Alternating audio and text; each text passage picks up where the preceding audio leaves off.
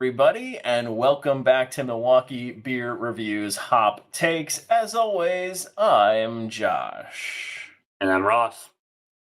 And we've got a little special treat tonight that we've been waiting to do for a little while. So, one of our favorite breweries from the state over to the west in Minnesota, in Surly, releases every single year their wonderful Russian Imperial Stout called Darkness. However, in a very special fashion, they also release a version of Darkness that is bourbon barrel aged. And this is one of mine and Ross's favorite beer releases of the year. Correct? Absolutely. We look forward to this every year. This always comes out late winter, midwinter. This one comes out like February timeframe. Usually like January, February timeframe, I Yeah. believe. It's usually sometime like right before March Madness. I remember it Yeah, coming out. it's definitely a release that you and I definitely look forward to. These been really, really, really hard to get. I would say last 2, 3 years become relatively simple to find if you go to the right places. Yeah. Um, but still worth waiting for. So What's different though, and one of the things that I do kind of miss, I just feel like this isn't right, is they come in that for the first time this year, they released it only in this little 16-ounce box with a 16-ounce can. Still love the artwork. It's really freaking cool. And this is very similar to what they did. They did a special release of Barrel Aged Darkness beers back in December of 2021, which we'll probably try on the channel here at some point. But I miss the Bombers, man. I know they're going away everywhere, but I miss them. I know. I understand it's a cost saving measure. I understand the reasoning and logistics and the bottom line why they do it. It doesn't mean I don't miss it though. I do miss the big bottles. They just look cool and That being said, though, you get a can like this, which check yeah. out that artwork. That is super cool. You get a can like this, and it's pretty easy to consume one of these on your own if you want to consume one of these on your own. Cracking open Mhm. a full bomber bottle by myself of Barrel Aged Darkness is probably not the most efficient use of darkness. So I will give them that I do think it benefits this type of setup. So Barrel Aged Darkness, bourbon barrel aged, comes in at a big old 12% ABV. And as we stated, this is a bourbon barrel aged Russian Imperial Stout. And they describe it as rich, evil, and decadent. So, shall we crack this thing open and for the first time try the 2022 Barrel Aged Darkness? Let's do it in my fancy new Three Sheeps glass. Oh, look at you! We didn't even, Yeah. I swear, folks, we didn't even mean to do that. It's not planned. It's going to pour out pretty dark from what I recall. It looks a little thin coming right out of the glass, but as it pours, let me actually get it up on the camera so people can see it and not drip it You, all over my desk. you get that slightly tan head at the top. Not as much as you see in maybe like a BCS or like a KBS or anything, but it's still that like barrel aged head to the top of it. Yeah, Um, it's hard to see, but yeah, definitely a tanner head on there. mhm. It's actually a lot easier to see on the camera. I'm looking at myself on the camera. It's a lot easier to see there than the lighting in my office. But it looks pretty like a standard bourbon barrel aged stout. Mhm. Yeah. Get a little nose on this thing. Oh, And that smells there's like a fudginess that really comes out from that barrel age. super sweet. Like Mhm. the Russian Imperial Stout notes come out big time on the nose, but I definitely get like some really quality bourbon. Like the bourbon Mhm. characteristics to this are really, really solid. Like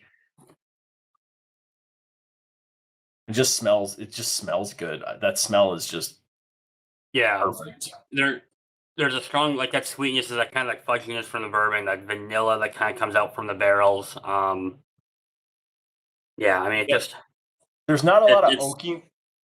No. there's not a lot of oakiness or like smokiness to it like you get with sometimes with the Russian Imperial Stout. It's definitely like vanilla fudgy, kind of those chocolatey vanilla fudge characters on the nose. I'm not getting a lot of like dark fruits or anything like that. It's just very vanilla fudgy. Hmm. Yeah. Should you give this thing a All shot? right. Cheers. Cheers, buddy.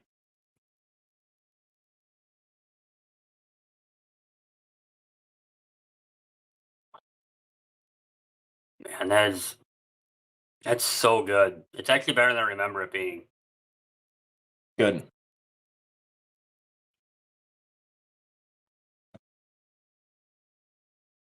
It's definitely got on the mouthfeel.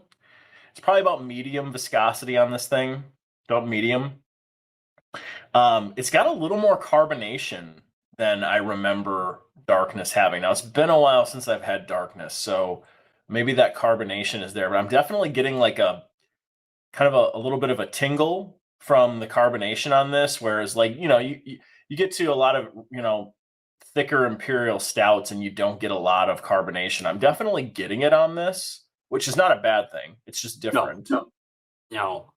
One thing it's definitely with this compared to like your like to go back to things we done on the show, to your lake from Black Friday, to your BCS, to some of the Wolf barrel aged stuff we do. This being a Russian Imperial Stout, it's a little more boozy.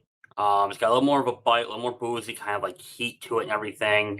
Which I personally, I really like that uniqueness of this. It's one of the few times where like it being booze forward is actually really, really good. I should say one of the few times, but one of the we don't get as many booze forward barrel Yeah. ages.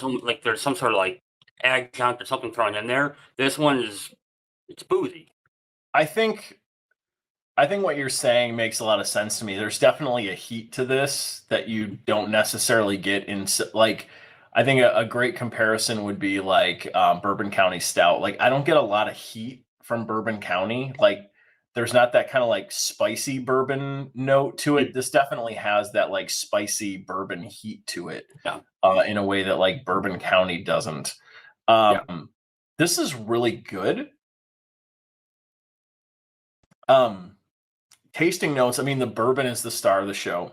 yeah, absolutely. Like I said, you get kind of that carbonation bite on the front. The bourbon kicks in right away. I feel like right after that, kind of the vanilla is kind of the next character, but then out the back is kind of like almost like you get more of that darker traditional Russian Imperial Stout out the back. The vanilla kind of lingers, and then the bourbon just sticks with it. So it starts as the lead character and it ends as the lead character, and the vanilla kind of fizzles out the back. It's a really, really darn tasty barrel aged stout. It's really It good. is. It's relatively straightforward. To your point, there's not a lot of fluff to it, but it's the flavors you expect exactly what you get. I think it's just really well done. Like I think I forget because I'm kind of spoiled by it because I have so much of this stuff laying around that I forget how Mhm, good it is. mhm. And again, And like I this is said, pretty fresh. I mean, this can was, I think it was canned in January. So this is, a couple months old at this point, a few months old at this point.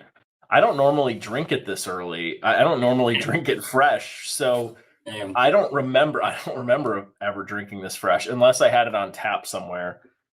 But this is really, really solid. We've got some really old barrel aged darkness. Like I think back to like 2015 in the cellar right now. That stuff will come out on the show eventually too. But this is officially the first darkness episode that we've done, which is kind of amazing that it's taken us a year and a half to get darkness I on the show. know, I know, but it was worth the wait.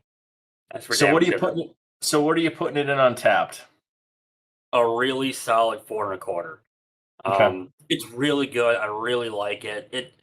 It's not quite there in the 4.5 range. But it's a 4 and a quarter, and it's just damn good. It's damn solid. Um, I'm so close to giving it a 4.25. I think I'm going to give it a 4. Okay. I think this is really, really good. For me, though, it's not as good as I remember it. And I'm wondering if it's just something about the carbonation bite to this just doesn't sit as well with me. I prefer less carbonation. I'm not saying it's bad. Like I said earlier, I'm not saying it's bad, or that is bad, but I just think if this was a little smoother, I think I would like it more. But I think that carbonation makes it taste a little bit thinner to me, and I can't quite put it there. I'm close to a 4.25 because I think the flavors in this are really good.